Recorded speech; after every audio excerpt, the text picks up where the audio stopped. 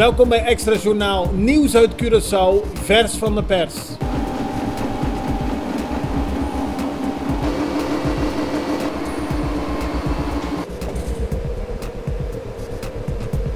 En dit is het nieuws van vandaag.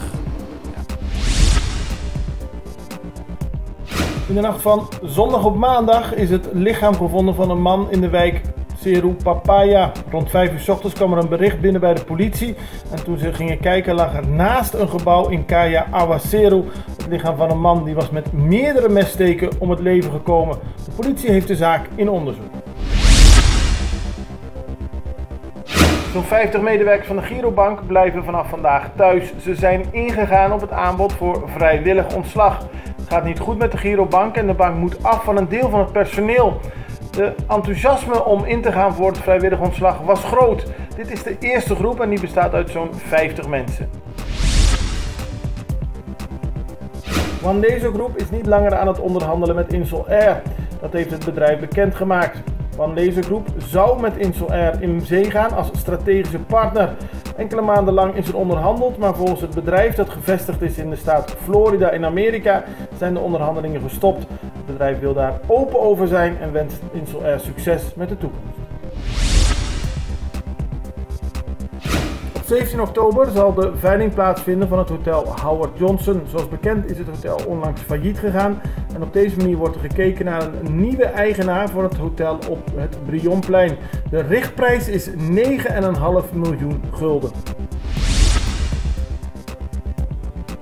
Building Depot gaat naar de beurs. Het gaat om een bedrag van 34 miljoen gulden. Dat wordt gedekt door onroerend goed. De opbrengst van de obligatieuitgifte is bedoeld om de huidige leningen van Building Depot Curaçao te herfinancieren tegen aantrekkelijkere voorwaarden. Het wordt de grootste lokale notering ooit op de Dutch Caribbean Stock Exchange. Real Rincón is de winnaar van de Copa ABC. Deze ABC Cup werd afgelopen zaterdagavond gewonnen. Het gebeurde tijdens een wedstrijd in het stadion Antonio Trinidad in Bonaire. En er werd met 3-3 gelijk gespeeld. Penalties moesten de beslissing geven en dat werd door het Bonaireaanse team gewonnen. Groot enthousiasme op de tribunes en in heel Rincón met deze mooie overwinning.